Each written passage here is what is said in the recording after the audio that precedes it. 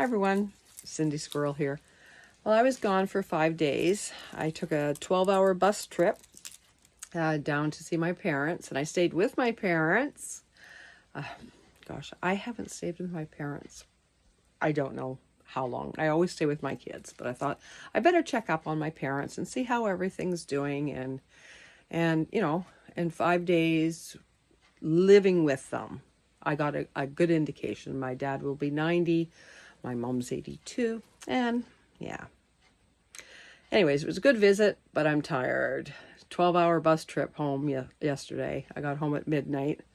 Yeah, I don't look all that great.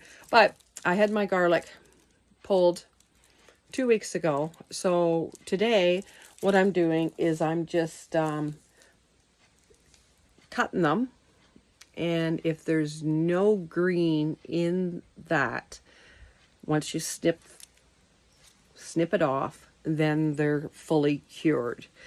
Some of them aren't completely cured yet, so the whole bunch I just gonna cut off and let them cure a bit longer because I want to keep this, right?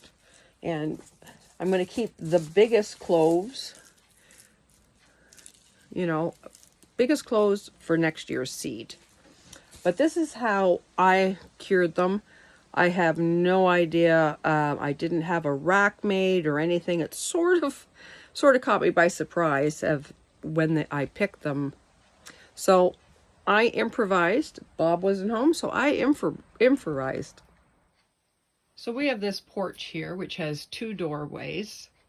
So it gets a nice cross breeze. And what I had done was I had this chair here, and I just stuck the garlic through and filled it. And then I had a rake here, and I just hung them on the slots there, and it was all hanging down. And there's my broom rake. Now it's a little bit tighter, but there was good wind on it in either direction, so it did dry nicely. But I need my broom rake back, so I'm going to cut them off, and hopefully they're all nice and dry. And if they aren't, well, then we'll cure them a little bit longer. Okay, so I've got them all sorted out. I used the baskets. Now we have the large cloves. So these ones here will be the only ones that I'm going to save for seed. But one like that, where it's opened up, disease can get in there.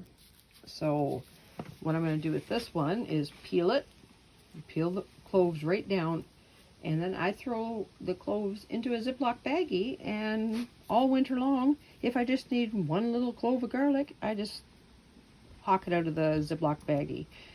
So this one is not a storage one, but this is all the one that I would keep for seed because they're bigger. Supposedly bigger cloves, bigger garlic, but all of these were grown from big cloves. So, but I was sick from the last week of June, all of July, and the first week of August.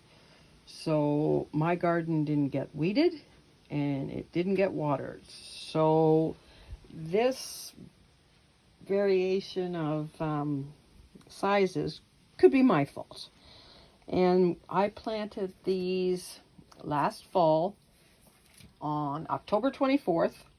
I planted 93 cloves, and there's 84 cloves here. So that's pretty darn good, I think. Now the medium ones, I'll go through them, and I might sell them in the roadside stand or keep them. The smaller ones I will keep for myself. I wouldn't sell that to anyone, But any that are opened up, I won't keep because we don't want disease coming in here.